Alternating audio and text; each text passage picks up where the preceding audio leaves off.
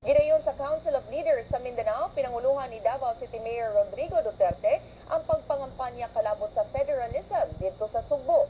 Ilang kahimamat ang mga opisyales sa lalawigan. Si Ben Tishorna sa detalye. Ben?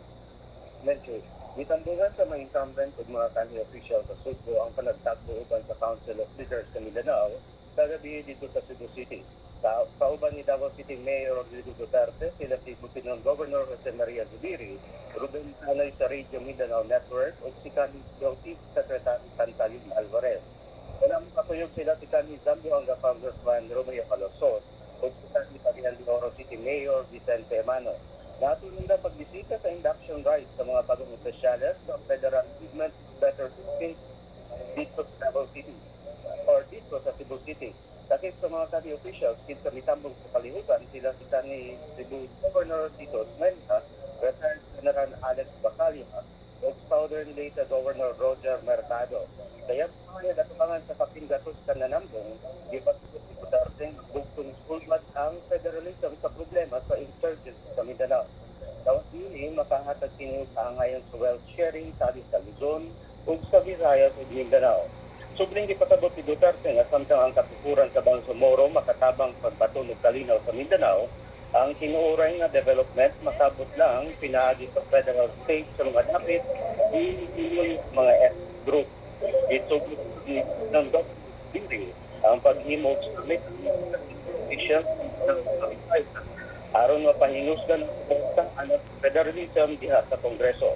May dason si Ruben Tanay nga sila sa Council of Leaders igo lang mangulo sa kampanya isip core group samtang dugang grupo ang ilang tukuron sa ubang areas.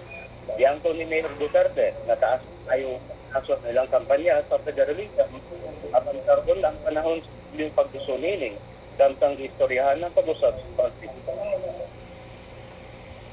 Kami na nalumig ng Bisaya magtuloy sa una. After all, when you declare a constitutional conference of radio or whatever, there is no way of stopping o konsay o ato nimo sa Constitution. Dili ba yung what? Di ba mo tayo, it's a plenary thing. It is a constitutional mechanism.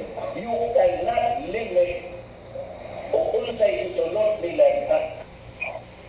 Mencho, ang activity kagabi hinahimo sa mga panahon din daghan ang ipadayag pagkaluyo sa pagpapili kang Mayor Duterte alang sa 2016 presidential elections.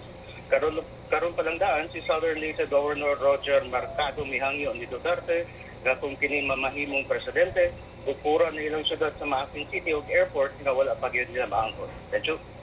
Salamat, Ben Tishorna, reporting gikan Davao City.